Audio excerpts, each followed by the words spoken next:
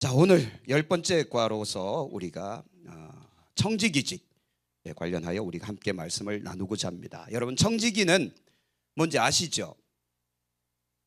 청지기 반응이 뜨뜻미지근하네요. 자, 청지기는 쉽게 이야기하면 일꾼입니다. 일꾼인데 일꾼보다 좀 더 깊은 성경적 의미로서 하나님의 일을 맡은 자인 것입니다. 자, 그래서 우리가 여기 서론에 보면 제가 빨간색으로 표시를 해놨거든요. 우리가 주님의 청지기라는 것은 어떻다고요? 분명한 사실, 이걸 우리가 인정해야 된다라는 거 말이죠. 그리고 또 두 번째 빨간색은 성경에서 마지막 결사는 어떻다고요?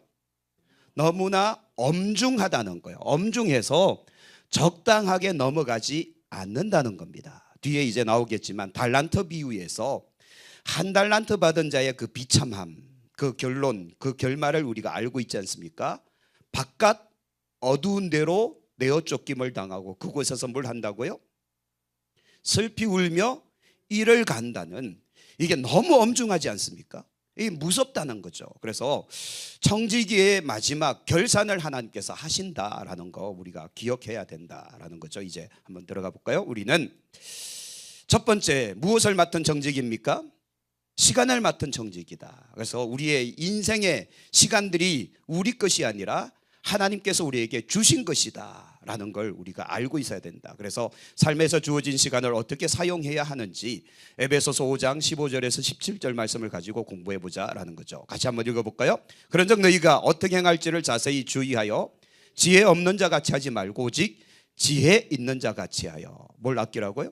세월을 아끼라, 때가 악하니라. 그러면 어리석은 자가 되지 말고 오직 주의 뜻이 무엇인가 이해하라. 그래서 우리가 세월을 아낀다라는 의미에는 17절에 주의 뜻을 이해하는 것이 들어가 있다는 겁니다.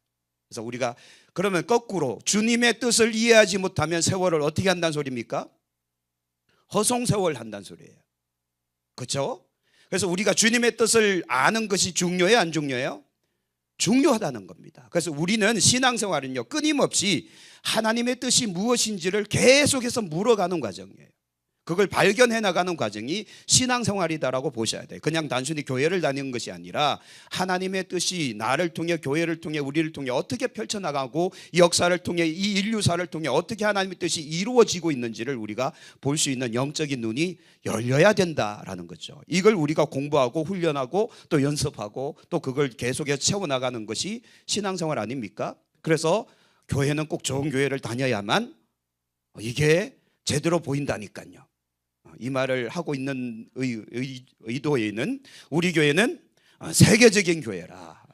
우리 교회를 잘 다니다 보면 이 뜻이 발견되지 않겠습니까? 어쩌면 지금 어떤 분들은 발견했을 수도 있어요. 우리 함께 같이 허송세월이 아닌 하나님의 뜻을 발견하고 그 뜻을 쫓아갈 수 있는, 또 그 뜻을 이루어드리며 살아갈 수 있는, 그래서 우리가 하나님의 꿈이 우리가 되는 그런 교회로 한번 세워가기를 축복합니다. 자, 여기서 말하는 지혜는 어떤 것일까요? 어떻게 행할지를 자세히 주의한다는 말을 가지고 한번 설명해 보자라는 거죠. 어떻게 행할지를 자세히 주의하라. 이 지혜는 과연 무엇인가? 내가 지금 결정을 내리거든요. 어떤 결정을 내려야 되는데 이 결정을 내가 가진 주관, 내가 가진 세계관, 내가 가진 철학을 가지고 내릴 것이냐, 아니면 이 결정을 하나님의 뜻을 따라 결정을 내릴 것이냐, 이런 뜻이거든요. 자, 여러분 한번 제가 질문을 드려볼게요. 지금까지 인생에 여러 많은 결정들이 있었을 거예요. 내가 결정을 내려서 어떤 일들을 처리해 나갈 때 그 기준이 내가였나요? 아니면 하나님이셨나요? 대답하기 좀 애매하죠, 그죠? 왜냐하면 돌아보면 누가 주인이었을 경우가 더 많아요? 내가 주인이고 내가 주관자였던 이게 더 많은 경우가 있다는 거죠. 살다 보니까. 그리고 돌아보니까 실수했네, 돌아보니까 또 아니었네, 이런 결과들을 너무 많이 만들어내면서 우리는 좌충우돌하면서 이렇게 살아온 겁니다. 그런데도 하나님의 은혜 때문에 여기까지 온 거 보면 참 더 큰 은혜를 느끼는 거죠. 자, 그런데 자, 좀 이따 또 말씀드리겠지만 그거는 자, 요거까지 하고 한번 또 말씀드릴게요. 두 번째, 세월을 아끼라는 말은 돈을 주고 기회를 사라는 뜻으로 번역할 수 있습니다. 돈을 주고 기회를 사라. 곧 이 시간은 돈을 줘서라도 사라는 거예요. 근데 이것이 다른 말로 말하면 기회라는 겁니다. 이 의미가 뭐냐? 자, 뒤에 제가 한번 설명해 드릴게요. 오늘 새벽에 말씀을 나눈 것인데, 자, 이 장면은 이제 요셉이 물 없는 구덩이에 빠지는 바로 그 그림입니다. 요셉에게는 10명의 형들이 있죠. 근데 이 10명의 형들이 전부 엄마가 달라요. 그렇죠? 레아에게 6명, 라헬에게 1명, 그리고 빌하와 실바에게 뭐 이렇게 이제 형제들이 있는데 그들에게 미움을 받습니다. 그냥 미움의 수준이 아니라 죽이고 싶을 만큼의 미움을 받습니다. 그래서 어느 날 세겜으로 갔다는 소식을 듣고 세겜에 갔더니 없어서 도단까지 올라가는데 요셉이 몇 킬로를 형제들을 찾아 나섰는가 하면 약 120킬로를 찾아서 나선 거예요. 세겜까지 거의 100킬로, 거기서 도단까지 20킬로, 120킬로를 찾아 나선 건데 여기서 부산을 지나간 것 같아요. 그렇죠? 엄청나게 먼 거리지 않습니까? 그렇게 먼 거리를 동생이 찾아왔는데 형제들이 반겨 맞이하지 아니하고 오히려 요셉을 죽이려고 했다라는 거죠. 자, 그런데 그 형제들의 가장 맏형 장남이었던 르우벤은 동생을 살리고 싶어 합니다. 그래서 우리가 이 동생 죽인들 못하겠느냐, 그냥 좀 혼 좀 내고 아버지에게로 돌려보내자 라는 안을 제시합니다. 맏형, 곧 장남이 그런 이야기를 하니까 나머지 동생들이 어떻게 할 수 없지만 여전히 이 붕괴의 마음은 품고 있죠. 그러다가 어느 날 갑자기 르우벤이 볼 일이 있어서 잠깐 자리를 비운 사이에 이 형제들이 진짜 요셉을 죽이려고 했던 것 같아요. 구덩이에 빠져 있는 요셉을. 자, 이때 누가 등장하는가 하면 유다가 등장합니다. 네 번째 형이었던 유다가 등장합니다. 유다가 그러지 말고 때마침 이스마엘 상인들이 지나가고 있으니 그를 저들에게 팔자라고 해서 요셉을 그 산단의 노예로 팔아넘깁니다. 이때 요셉이 아마 형제들의 바짓가랭이를 붙잡고 애원을 했겠죠. 죽이려고 할 때도 물론 뭐 요셉이 너무 큰 애원을 했겠지만 노예로 팔려가면 미래가 없고 희망이 없다는 걸 알기에 형제들에게 얼마나 많은 애원을 눈물로 콧물로 했겠습니까? 그러나 냉혹하게 형제들은 요셉을 노예로 팔아넘겨 버립니다. 자, 인간적으로 봤을 때는 르우벤이 좋은 사람이에요? 유다가 좋은 사람이에요? 이해가 잘 안 되세요? 르우벤이 잘한 겁니까? 유다가 잘한 겁니까? 르우벤은 살리자, 죽이지 마라, 우리 동생이다, 아버지에게로 돌려보내라, 정말 착한 일 한 거잖아요. 유다는 노예로 팔아버리자, 깨끗하게 깔끔하게. 누가 잘한 겁니까? 르우벤이 잘했죠. 장남의 역할을 톡톡히 했잖아요. 그죠? 그런데 우리는 이미 교회를 오래 다녔기 때문에 성경의 결과를 다 알고 있어요. 르우벤이 잘했어요? 유다가 잘했어요? 요셉이 들으면 엄청 서운할걸요. 지금 천국에서 돌 던지고 싶을걸요. 르우벤이 잘한 거 아닙니까? 인간적으로 봤을 땐 형이 맏형이고 맏형의 역할을 한 거잖아요. 그래서 얼마나 고맙겠어요. 정말 살려서 아버지에게로 돌려보내자 그러니. 근데 유다는 노예로 팔자 그러니 얼마나 섭섭했겠어요. 하지만 이걸 알아야 된다. 하나님의 뜻은 어디에 있었느냐 이거예요. 하나님의 뜻은 르우벤 쪽입니까? 유다 쪽입니까? 유다 쪽이라는 거예요. 서운해도 섭섭해도 잔인해도 너무 잔혹해도 어떻게 할 수 없어요. 왜? 하나님은 지금 요셉을 애굽으로 보내야만 그 다음 스텝이 전개가 되거든요. 하나님의 그 다음에 계획이 이루어질 수 있거든요. 그래서 어찌됐든 하나님은 요셉을 애굽으로 보내야만 하는 거죠. 르우벤의 이 주장이 관철됐더라면, 르우벤의 말이 강력해서 요셉을 다시 헤브론으로 보냈더라면 또 얼마나 많은 시간들이 흘러야 됐을까요? 또 어떤 사건들이 그 사이에 또 벌어져야 됐을까요? 하나님이 계획하신 시간, 하나님이 계획하셨던 사건들은 일어나지 않는다는 거죠. 물론 또 다른 사건을 통해서 다시 또 보낼 수도 있겠지만, 그러나 하나님의 원 계획이 틀어지는 거죠.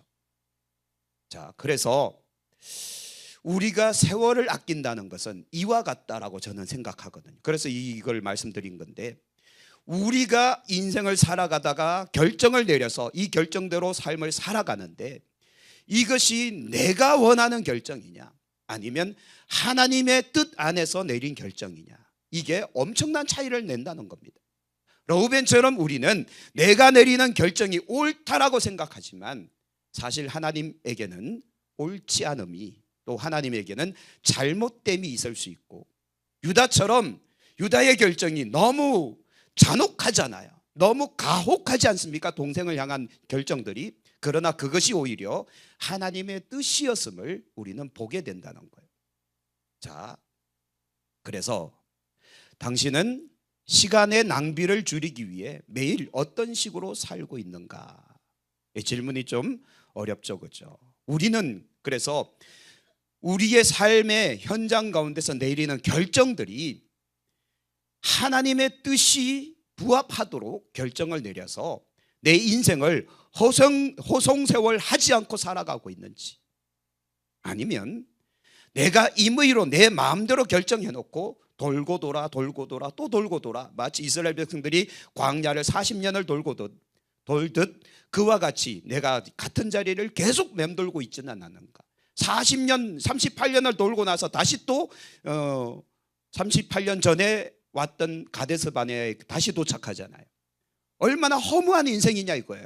2년 만에 가데스 바네아에 도착해서 이제 가나안 땅으로 들어가면 되는데, 거기서 38년을 다시 돈 거예요.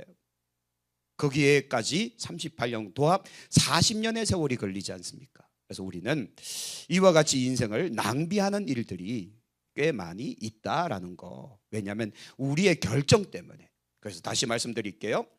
하나님의 뜻에 부합한 결정이 있고 내 생각이 앞선 결정이 있어서 이 사이에서 우리는 자꾸 왔다 갔다 한다. 그래서 우리가 믿음이 강해지고 영성이 깊어지고 하나님의 사람으로서 조금씩 변화되고 성숙될 때 하나님의 뜻이 무엇인지 이해하게 되고 분별하게 되고, 이것을 우리가 순종하는 믿음의 삶을 살아가게 된다라는 거 믿읍시다.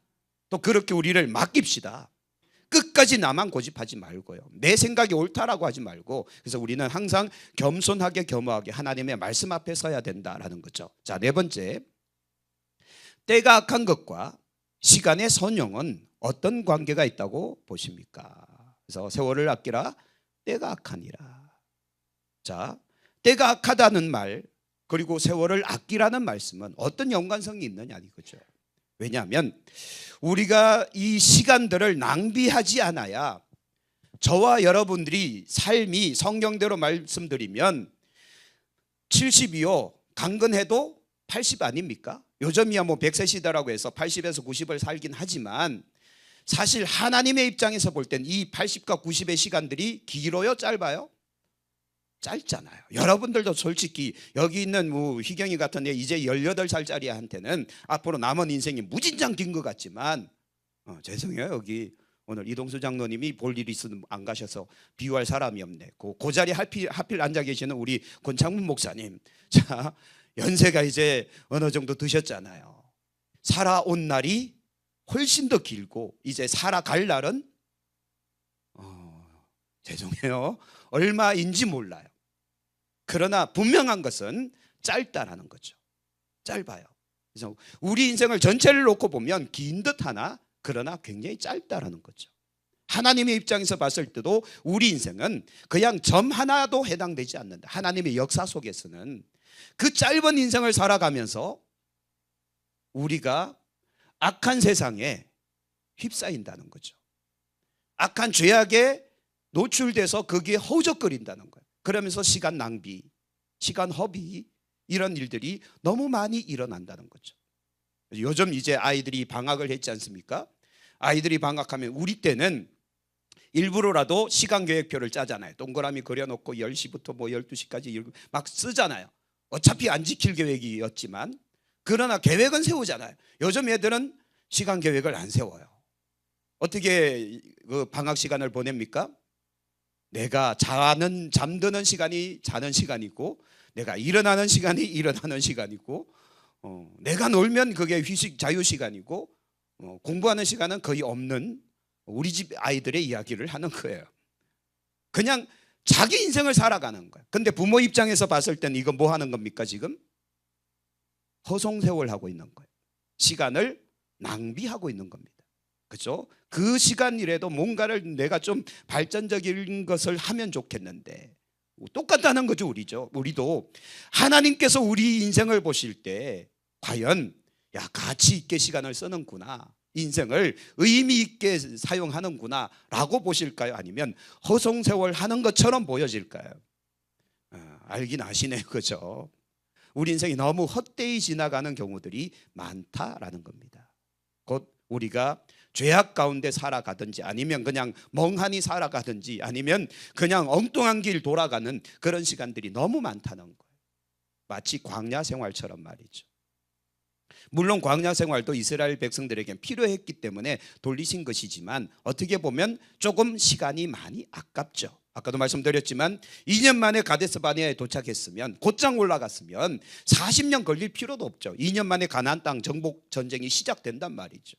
그런데 왜 38년이 더하기가 됐는가 하면, 거기서 그들이 어떤 결정을 내려버립니까? 가데스 바네아에서 이 어마어마한 사건을 잊어버리시면 안 되는데요. 가데스 바네아에서 12명의 정탐꾼을 세우죠. 그리고 우리가 이왕 올라가는 거, 가서 그 성읍이 어떠하며 백성들은 어떠하며 골짜기는 어떠하며 그곳의 어떤 군사력은 어떠하며 알고 오자. 그리고 보냈더니 그 정탐꾼들이 와서 보고할 때 뭐라고 그럽니까? 성읍은 견고하고 안악자손들이 있고 철병가가 있고, 그래서 우리는 간다 못 간다? 그래서 우리는 메뚜기고 그들은 우리의 밥이다. 뭐 아니네요. 그죠? 우리는 메뚜기다. 우리는 절대 못 이긴다. 그리고는 어디로 돌아가자? 이게 하나님 앞에 엄청난 범죄가 된 거예요. 그래서 내 귀에 들린 대로 내가 너희에게 행하리라. 뒤로 돌아가 해버려서 38년이 더하기가 돼버린 거잖아요. 이게 얼마나 시간 낭비냐 이거죠. 그 사이에 광야에서 불순종했던 모든 사람들이 다 죽잖아요. 안타까운 그런 사연들 아닙니까? 우리도 그렇게 살아갈 수 있게 살아갈 가능성도 있다라는 거 기억해야 된다라는 거죠. 그래서 세월을 아끼라. 세월을 아낀다는 말은 아까 말씀에도 나왔죠. 무슨 말씀인가 하면, 세월을 아낀다는 것은 바로 17절에 어리석은 자가 되지 말고 오직 무엇을 이해하라고요? 주의 뜻. 그래서 아까 유다처럼 주님의 뜻을 알면 알아서 그런 결정을 내렸겠습니까? 몰랐겠죠. 그러나 유다가 내린 결정이 하나님의 결정이었던 거죠. 하나님의 뜻이었던 거죠. 그래서 성경은 참 재밌거든요. 요 사건이 바로 끝나자마자 유다의 사건이 갑자기 삽입이 돼버려요. 요셉 이야기를 한창 하다가 갑자기 유다 이야기가 한 장 전체에 등장하는데, 그게 내일 새벽에 말씀드릴 거예요. 궁금하신 분은 내일 새벽에 봅시다. 아멘을 안 하네요. 자, 하여튼 고린도전서 7장 말씀해 보면, 형제들아 내가 이 말을 하노니 그때가 단축하여진 고로 이후부터 안에 있는 자들은 없는 자 같이 하라. 우리 강장로님, 안에 있는 자는 없는 자 같이 하라. 이게 무슨 뜻일까요?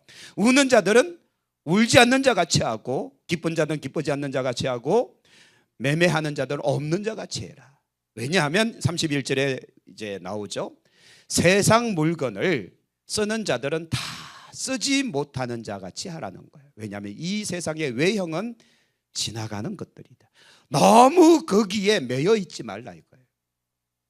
너무 거기에 빠져 있지 말라는 거예요. 마지막 때가 온다는 겁니다. 주님의 심판의 때가 온다는 겁니다. 최후의 심판의 때가 온다는 거예요. 그날 결산할 때가 온다는 거예요. 그래서 지금 내가 너무 매여 있고 거기에 빠져 있다간 주님께서 결산하자 할 때 결산할 것이 없는 허무한 인생이 되어버릴 수 있기 때문에 그렇다라는 거죠. 자, 그래서 시간 선용의 열쇠는 주님의 뜻을 바로 파악하는 것입니다. 그래서 우리가 정말 잘 아는 말씀이 로마서 12장 2절 말씀이죠. 같이 읽어볼게요. 너희는 이 세대를 본받지 말고 오직 마음을 새롭게 함으로 변화를 받아 하나님의 선하시고 기뻐하시고 온전하신 뜻이 무엇인지 분별하도록 하라. 그래서 여러분, 우리는 분별력, 영적 분별력이 있어야 됩니다. 이 말씀을 그대로 인용한다면 우리가 영적 분별력이 있으려면 반드시 선행돼야 될 과제가 이 세대를 뭐하지 말아야 된다는 거죠.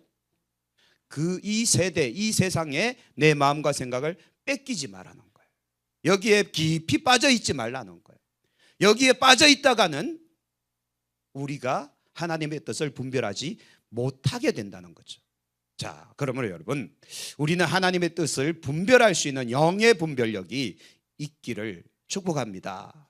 자, 26절 노아의 때에 누가복음이네요. 누가복음 17장 노아의 때에 된 것과 같이 인자의 때도 그러한데 노아가 방주에 들어가는 날까지 사람들이 먹고 마시고 장가들고 시집가더니 홍수가 나서 그들을 다 어떻게 했다고요?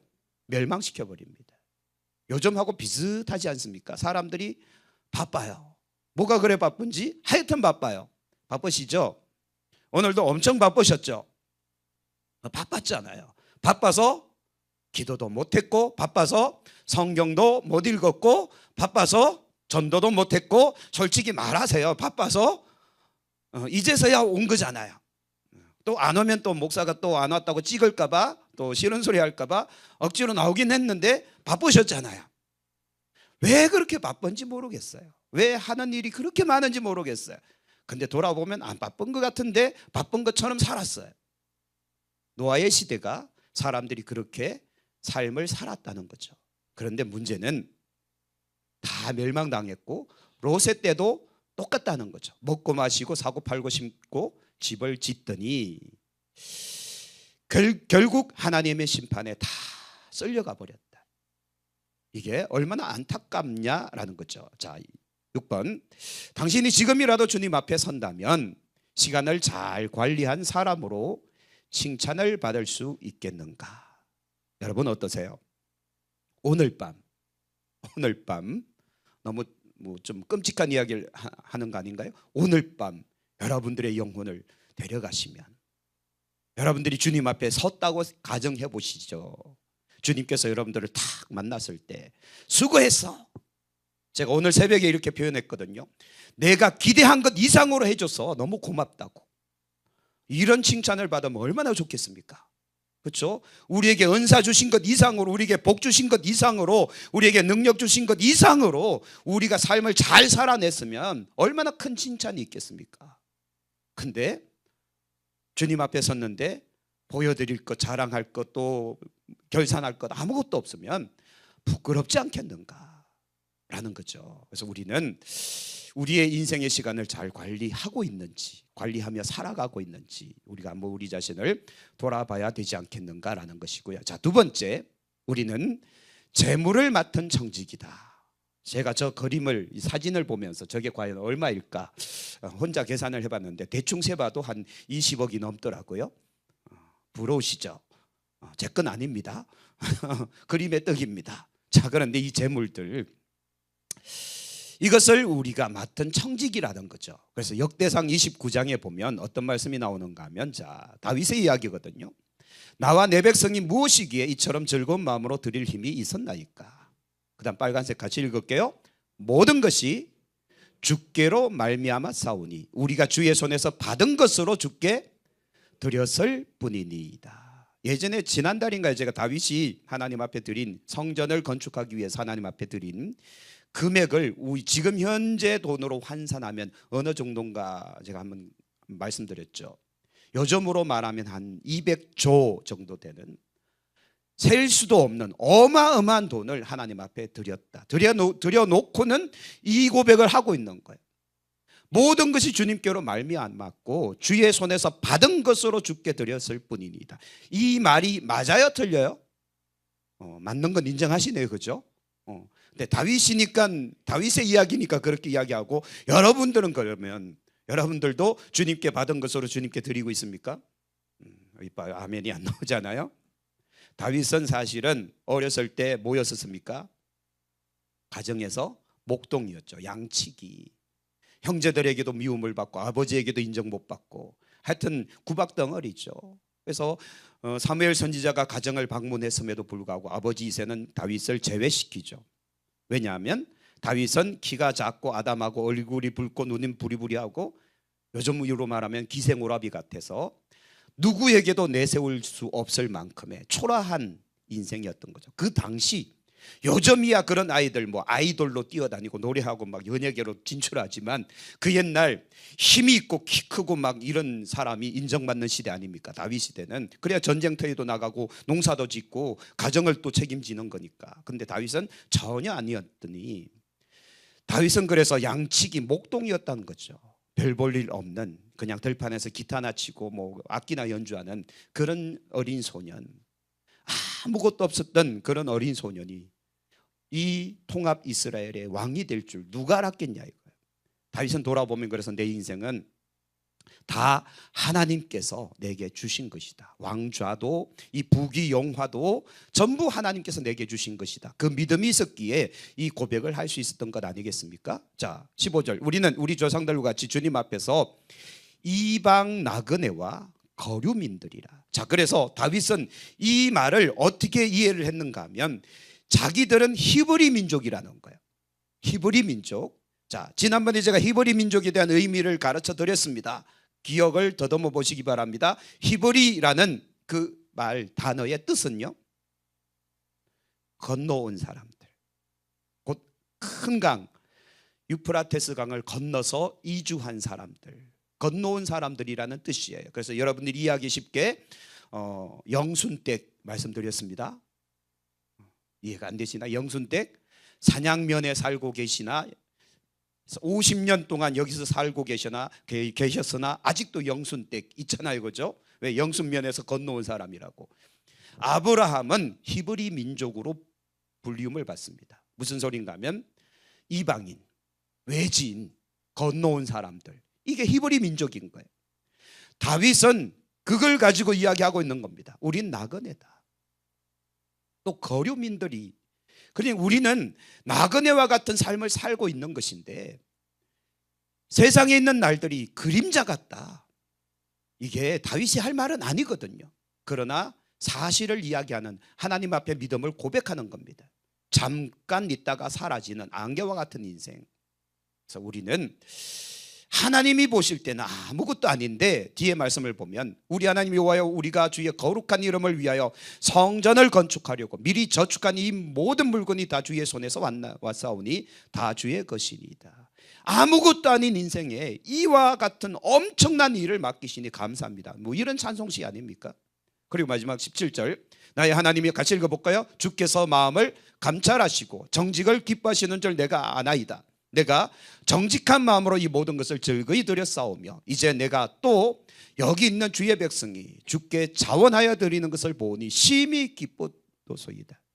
성전을 건축할 수 있도록 허락하신 하나님 앞에 영광을 올리는 것 아니겠습니까?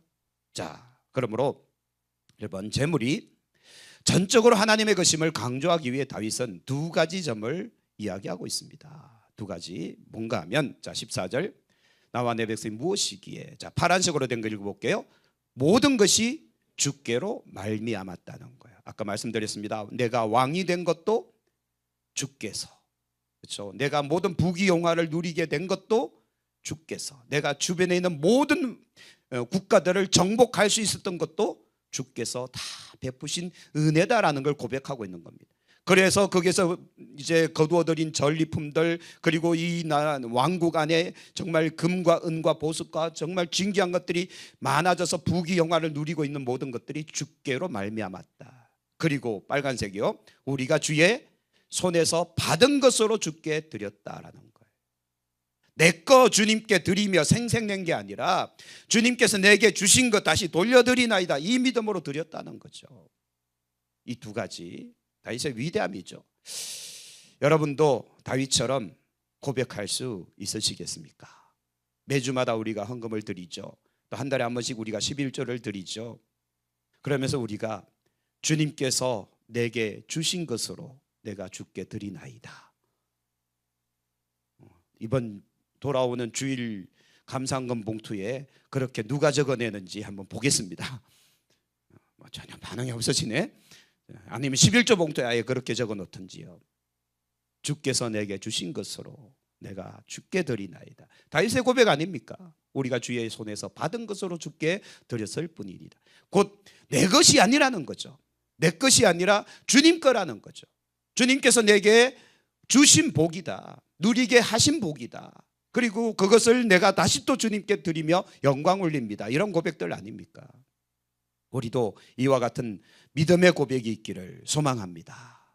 이것만 통과받을 수 있으면 여러분들은 정말 물질에 아마 자유함을 느낄 수 있을걸요. 왜냐하면 여기에 구애받지 않으니까요. 여기에 구속받지 않으니까요. 자, 3번, 모든 재물이 내 것이 아니라 하나님의 것이라고 하는 투철한 신앙을 가지고 살려면 인생이 무엇인가를 항상 염두에 둬야 합니다. 이 점에 대해 다윗은 무엇이라고 고백하는가? 15절이거든요. 그리고 이 고백이 모든 재산은 내 것이라는 망상을 버리게 하는데 어떤 도움이 된다고 생각하십니까? 자, 15절 읽어볼까요? 우리는 우리 조상들과 같이 주님 앞에서 이방 나그네와 거류민들이라는 거예요. 곧 히브리 민족이라는 거예요. 히브리 민족, 건너온 사람들이에요. 건너온 사람들. 여러분들도 여기에 땅 사고 집 짓고 살고 계시지만 언젠간 떠나셔야 돼요. 그죠? 우리 권창문 목사님께서 여기가 고향이고 어제 오셔서 말씀하실 때 마을 주민들이 전부 학렬이 밑이라서 마을 주민들 다 모아갖고 이제 전도하신다고 하시더라고요. 잘 하셨는지 모르겠습니다만 여기가 고향이지만 본향은요 하나님 나라죠. 여기는 결국 우리가 떠나야 할 곳이에요. 영원히 살 곳이 아니라 여기는 떠나야 할 곳이에요. 또한 주님께서 다시 오실 때 이 모든 땅은 어떻게 됩니까? 불로서 심판할 땅이에요. 우리가 영원히 이곳에서 살 수 없다는 거죠. 우리의 고향은 여기일지라도 본향은 하나님 나라다. 그래서 우리는 사람이 죽으면 돌아가셨다라고 이야기하죠. 네, 제대로 잘 돌아가셔야 됩니다. 맞죠, 그죠? 눈 떴는데 엉뚱한 데 와 있으면 막 불 붙고 막 마귀가 있고 창 들고 이러고 있으면 안 되잖아요, 그죠? 우리가 눈 떴는데 천사가 막 날아다니고 주님께서 앞에 계시고 영광의 천사들이 찬송이 울려 퍼지고 이런 데로 가야 되는 거 아닙니까? 잘 돌아갑시다. 그러면 예수님 잘 믿어야 되지 않겠습니까? 그죠? 그래서 우리는 히브리 민족, 나그네와 거류민들이라는 이 의식을 버리지 말아야 이 땅에 매이지 않게 된다는 거죠. 자, 4번, 당신은 재물에 대해 내 것이라는 강한 소유욕을 가지고 있는가? 만일 그렇다면 다윗처럼 인생을 보지 못해서 생긴 큰 오해가 아닌지 설명하라. 곤란한 질문이죠. 내 인생은 나의 것. 노래가 있지 않습니까? 내 인생은 나의 것. 하나님 앞에서 우리가 그렇게 살아갈 수 있다는 거죠. 간섭하지 마세요. 하나님 간섭하지 마세요. 내가 주일날 교회 와줄 테니까 그때 은혜 주시든지 내 삶의 현장에는 간섭하지 좀 마세요. 그래서 하나님의 간섭을 거부하는 내 인생은 나의 것이라는 삶을 살아가는 사람들이 꽤 많다는 거죠. 근데 하나님은 모든 장소, 모든 시간, 모든 것에 우리의 아버지가 되길 원하신다는 거 기억하십시다. 왜냐하면 우리는 하나님의 것이니까요. 다윗의 고백이 우리에게도 있어야 돼요. 우리는 하나님의 것입니다.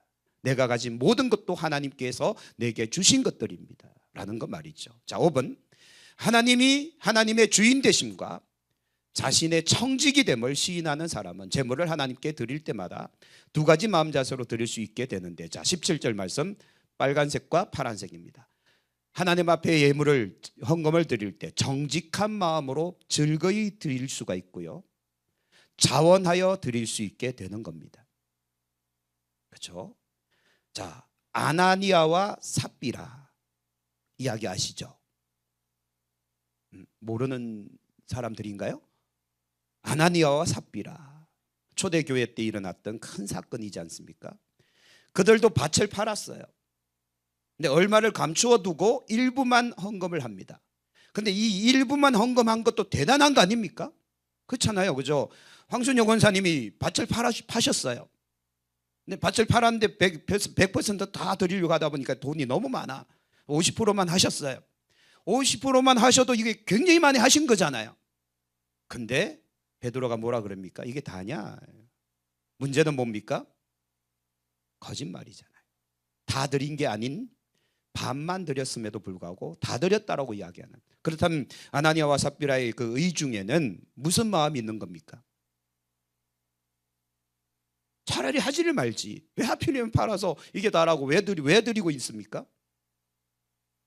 분위기에 휩싸인 것 같습니다. 왜냐하면 교회 성도들이 전부 다 막 집 팔고 땅 팔고 막 냉장고 팔아 막 전부 교회다 헌금하니까 자기들도 뭐 좀 해야 되지 않겠어? 그리고는 했다고 생색내는, 이건 하나님 앞에 드리는 게 아니라 세상 사람들 앞에 내 자신을 과시하고 자랑하는 거 아니겠습니까? 이게 하나님 앞에 죄가 된 거 아닌가. 근데 우리가 진짜 하나님께서 나를 만드셨고 나의 주인이고 나는 청지기일 뿐이라는 걸 아는 사람들은요, 정직하게 드릴 뿐만 아니라 즐거움으로 드릴 수 있고 또한 자원하여 드릴 수 있게 된다라는 거죠. 그래서 여러분, 이번 주일날 여러분 한번 여러분이 헌금을 어떻게 내는지 여러분들을 한번 보시기 바랍니다.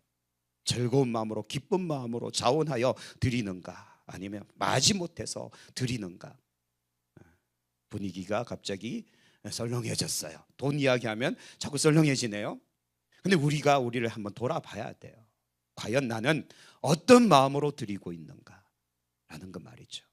자, 헌금을 할 때 특히 11조나 건축을 할 때 위에 두 가지 자세가 바로 되어 있지 못해 자주 시험에 빠지는 일은 없는지. 그래서 예전에 한번 말씀드렸습니다. 저도 교회를 건축했던 사람이라 그나마 제가 이제 담임했던 교회에서는 건축한다고 해서 몰래 빠져나가는 사람은 한 명도 없었어요. 참 은혜죠. 오히려 더 많이 헌신을 했죠.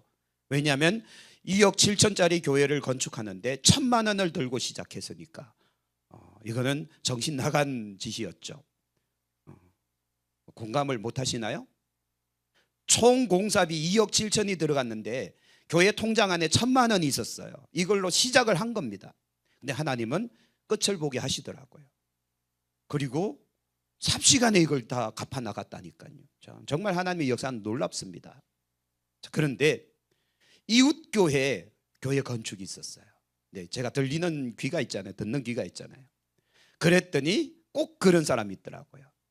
그 다음 주부터 안 나오는 거예요. 교회 건축이 선포되고 시작이 딱 들어가니까 딴 교회 가 있는 거예요. 몇몇 가정이. 그리고는 정말 이거는 세속적인 말로 양아치 짓을 하는 건데, 다른 교회 열심히 줄 서 가다가 교회 건축이 끝나니까 어떻게 해요? 일부러 설금설금 모습 비치는 거야. 나 가도 돼? 이렇게 이야기하는 거예요. 그러면 성도들이 뭐 오라 그러지 가라 그럽니까? 아유, 오라고 돌아와야지, 본향인데 돌아와. 그랬더니 못 이기는 척 와서 앉아 있는. 그리고는 스스로 안도하겠죠. 건축 헌금 안 했다. 건축 헌금 안 했다. 남들 수천만 원씩 막 할 때 본인은 그냥 안 한 거예요. 하나님 앞에 이건 양아치입니다. 이거는 정말 그 평생이 아닌 자자손손 복을 못 받습니다. 근데 우리가 왜 그렇게 하느냐? 왜냐하면 그 삶의 인생의 주인은 누구기 때문에, 자기 자신이 주인이니까요. 하나님은 그냥 저 밑에는 하등한 신인 거예요. 또 내가 필요할 때만 불러내서 그냥 소원 들어주는 지니와 같은 존재예요. 뭐 항아리 뭐 이런 주전자 쓰다듬으면 펑 하고 나타나는 내 소원 들어주는, 세 가지만 말하거라 지니처럼 여긴다니까요. 그러니 그 신앙생활이 안 되는 겁니다. 자녀가 복을 못 받는 겁니다. 여러분 기억하십시다. 우리 하나님은 살아계신 하나님, 우리 하나님은 지금도 역사하시는 하나님, 우리의 모든 일투족을 다 보고 계시는 하나님. 근데 그 앞에서 딴짓을 해요? 여러분, 이건 하면 안 되는 짓이거든요. 자, 7번, 당신이 다윗처럼 재물을 하나님께 드린 사례를 몇 가지 적어보세요. 뭐 오늘따라 질문이 왜 이렇게 좀 찌를까요? 특히 11조는 바로 드리는지, 그리고 감사헌금이나 주일헌금은 어떤 원칙에서 드리고 있는지 이야기해보자. 여러분, 우리가 한번 우리 자신의 이 헌신의 생활, 헌금 생활도 내 자신을 한번 돌아볼 수 있어야 돼요. 왜 그런가 하면 하나님 앞에 이게 찔리면 안 되거든요. 하나님 앞에 걸리면 안 되거든요. 그래서 우리는 깔끔하게 깨끗하게 이렇게 헌금 생활을 할 수 있기를 축복합니다.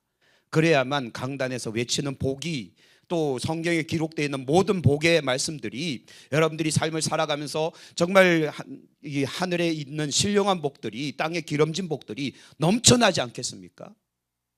그렇게 되기를 축복합니다. 제대로 이제 우리가 신앙생활을 해야 되거든요. 자, 모든 재물은 하나님의 것이며 우리는 잠깐 관리하는 청지기에 지나지 않습니다. 이 신앙이 없으면 예수님을 믿는다 할지라도 매우 위험한 지경에 빠지기 쉽습니다. 자, 디모데전서 6장 9절 보면 부하려 하는 자들은 뭐와 어디에 걸려요?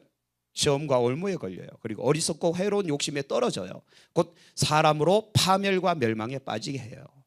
그래서 돈을 사랑함이 일만 악의 뿌리가 된다. 이것을 탐내는 자들은 미혹을 받아 믿음에서 떠나 많은 근심으로서 결국 자기를 찔르는 거예요. 자, 모든 악의 뿌리는 돈을 사랑하는 것이라고 방금 이야기했죠. 마태복음 6장 24절. 한 사람이 두 주인을 섬기지 못한다. 혹 이를 미워하고 저를 사랑하거나 혹 이를 중히 여기고 저를 경히 여긴다. 너희가 하나님과 재물을 뭐 하지 못한다고요? 겸해서 섬기지 못한다. 왜 그런가 하면 재물이 중심이 되어 있으면 하나님은 하등한 신이 되고, 하나님이 중심이 되어 있으면 재물은 돌같이 보는 거예요. 그렇죠?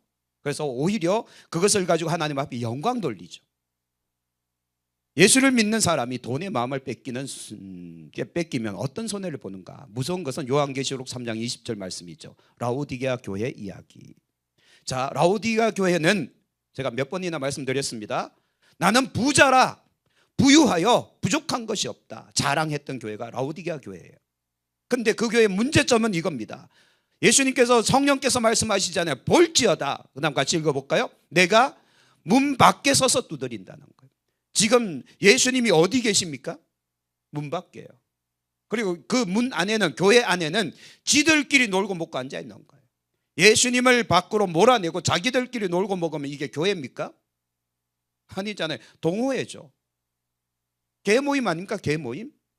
교회로 명명되고는 있지만 그건 교회가 아닌 그냥 개모임이에요. 객꾼들 모임이에요.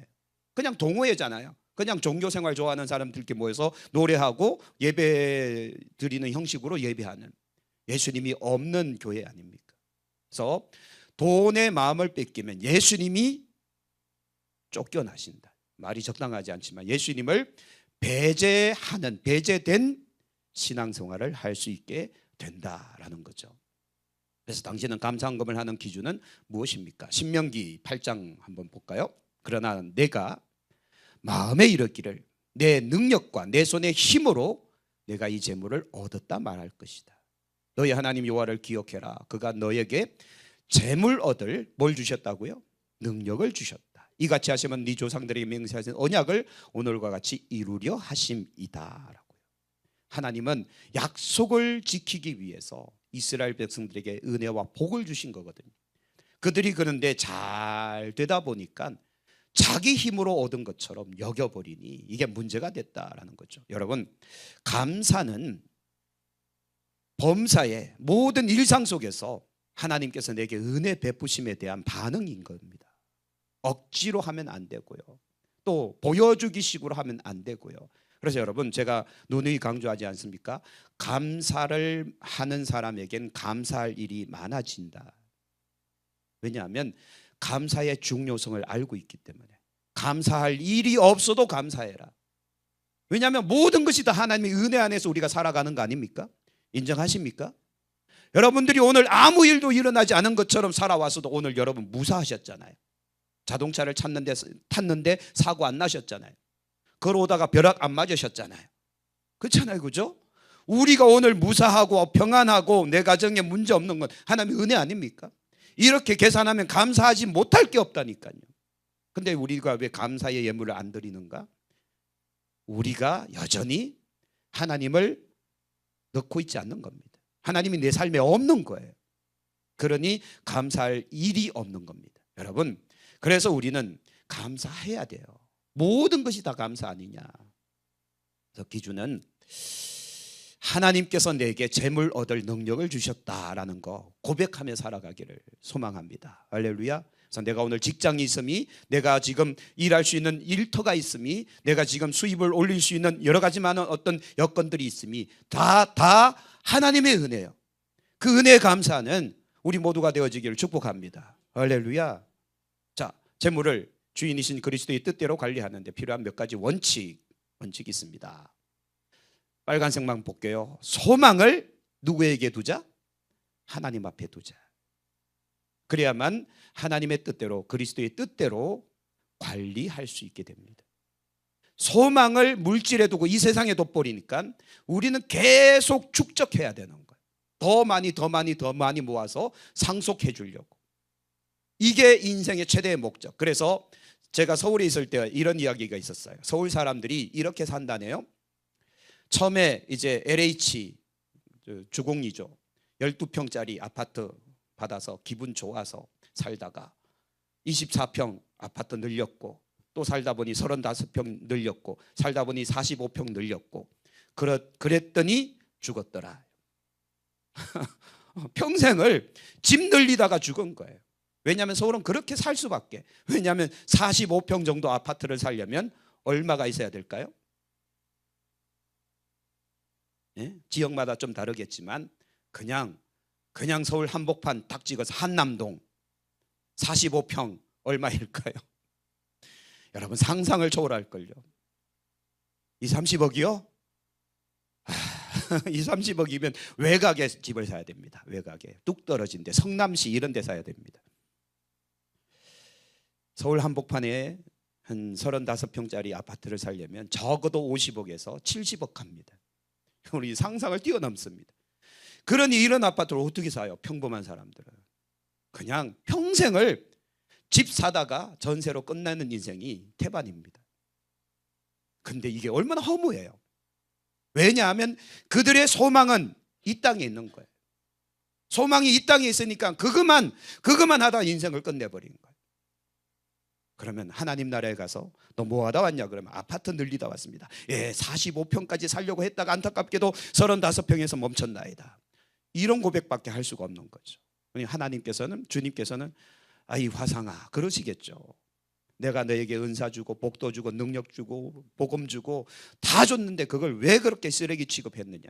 그렇게 책망하지 않으시겠습니까? 그래서 우리가 재물을 하나님의 뜻대로 관리할 수 있는 이 첫 번째 비결은요, 소망을 하나님 앞에 두는 거예요. 성경대로.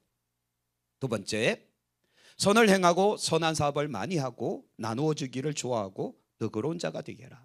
이것이 장래 자기를 위하여 좋은 터를 쌓아 참된 생명을 취하는 것이다. 자, 뒤에 질문이 나오겠지만, 자, 3원칙 17절에서 세 가지 원칙이 있다. 자, 제가 색깔로 구분해 놨습니다. 첫 번째 파란색이요. 마음을 어떻게 하지 마라? 높이지 마라. 두 번째, 정함이 없는 재물에 뭐 하지 마라? 소망을 두지 마라. 세 번째, 오직 우리에게 모든 것을 후히 주사 누리게 하시는 하나님 앞에 소망을 두라. 자, 여기서 여러분 동그라미 주셔야 돼요. 누리게 하시는 하나님. 누리게 하시는 하나님. 여러분, 우리가 지금 우리의 삶을 누리고 있잖아요. 지금 같은 삶의 여유, 이 풍요로움을 누리고 계시잖아요. 여러분, 요즘 보릿고개 없잖아요.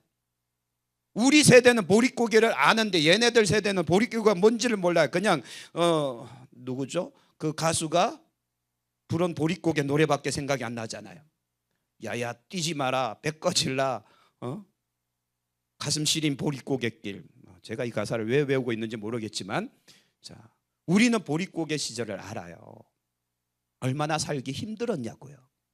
지금은 그런 세월 다 지나보내고 과거의 일이죠. 이제는 모든 걸 누리며 살잖아요. 얼마나 풍요롭습니까? 이것이 전부 하나님의 은혜이니 그 재물에 소망을 두지 말고 소망은 하나님께 두고 마음 높이지 마라. 하나님의 새 원칙 아닙니까? 그 다음 18절에 네 가지 원칙이 또 나오는데, 첫 번째는 선을 행하라. 두 번째는 선한 사업을 많이 해라. 세 번째는 나누어 주기를 좋아해라. 네 번째는 너그러운 자가 되라. 이게 청지기의 역할들입니다. 첫 번째 뭘 하라고요? 선을 행하라고요. 두 번째는요, 선한 사업을 많이 하자. 세 번째, 나누어 주기를 좋아하자. 네 번째, 너그러운 자가 되라. 그래서 쫀쫀한 쫌생이의 인생 살지 마라. 밴댕이 소갈딱지처럼. 교회가요 그렇게 쫀쫀하면 안 됩니다. 교회는요 그래서 미자립교회든 아니면 개척교회든 아니면 힘든 사람들이든 우리가요 베풀 수 있어야 돼요. 예수 그리스도 이름으로 선한 사업을 많이 할 수 있어야 됩니다. 왜냐하면 이 물질은 하나님 거니까 하나님의 뜻대로 사용하는 그 훈련들이 우리에게 돼 있어야 된다라는 거죠. 자, 이건 그냥 지나갈게요. 21절 빨간색만 읽어봅니다.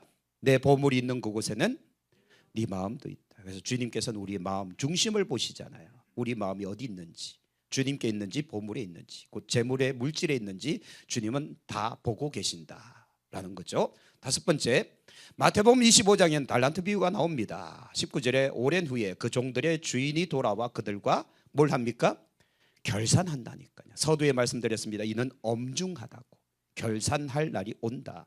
만약 지금 마지막 결산의 때라면 주님 앞에서 어떤 평가를 받게 될 것인가? 그죠? 그래서 마태복음 25장에 보면 5달란트와 2달란트 받은 자의 칭찬이 나오는데 이거 한번 암송해 봅시다. 시작. 잘하였도다 착하고 충성된 종아, 네가 적은 일에 충성하였음에 내가 많은 것을 내게 맡기리니 내 주인의 즐거움에 참여할지어다. 저와 여러분 우리 모두가 다 이 칭찬을 듣기를 축복합니다. 문제는 1달란트 받은 자예요. 1달란트 받은 자는 책망을 받는데 이것도 같이 읽어볼게요. 이 무익한 종을 바깥 어두운 데로 내쫓아라. 거기서 슬피 울며 이를 갈리라. 바깥 어두운 데가 어디일까요? 근데 1달란트를 받은 자인데 지옥 보내는 건 너무 가혹한 거 아닌가요? 모르겠어요. 그곳이 어딘지는. 그러나 분명한 것은 주님의 책망이 있다는 사실. 그래서 우리는 2달란트와 5달란트 받은 자처럼 우리가 최선을 다해서 그 삶에 넉넉하게 남길 수 있는. 그래서 아까 말씀드렸습니다. 주님께서 우리를 보실 때 기대 이상의 것을 해냈다고, 우리에게 주신 은사와 능력 이상의 것을 해냈다고 우리가 좀 칭찬 듣는 그런 사람들이 되면 얼마나 좋을까. 그렇게 되길 축복합니다. 마지막, 아까 말씀드렸던 라우디게아 교회 교훈을 기억하라. 곧 그들이 부자라 부유하여 부족함이 없다라고 자랑했더니 예수님이 어디 계신다고요? 문 밖에. 여러분들의 삶에는 예수님이 안에 들어오셔서 주인이 되십니까? 아니면 밖에 계십니까? 비유로 말씀드렸지만 지니의 램프의 지니처럼 내가 쓰다듬으면 펑 하고 나타나서 내 소원 들어주는 그런 예수님처럼 여기고 계시는가? 아니면 내 삶에 내 모든 전생의 주인이 되어 계시는가? 그 단적인 예가 우리의 헌금 생활을 보면 나옵니다. 물질의 주인이 누군지, 내 삶의 주인이 누군지, 그것이 간접적인 증명이 되고 있다는 거. 그래서 여러분 이제부터 예수님을 나의 주인으로 모시고 우리는 그분의 청지기가 돼서 내 생명도 내 시간도 내 물질도 내가 삶을 살아가는 모든 삶의 모든 전체를 선한 청지기로 잘 감당할 수 있기를 축복합니다. 그래서 결국 우리의 삶이 끝날 때, 결산하자 했을 때 우리가 잘하였다고, 착하고 충성된 종이라고 칭찬받을 수 있는 우리가 되기를 축복합니다. 네, 기도하겠습니다. 하나님 감사합니다. 우리를 선한 청지기로 부르셨사오니 선한 사역을 감당하게 하여 주옵소서.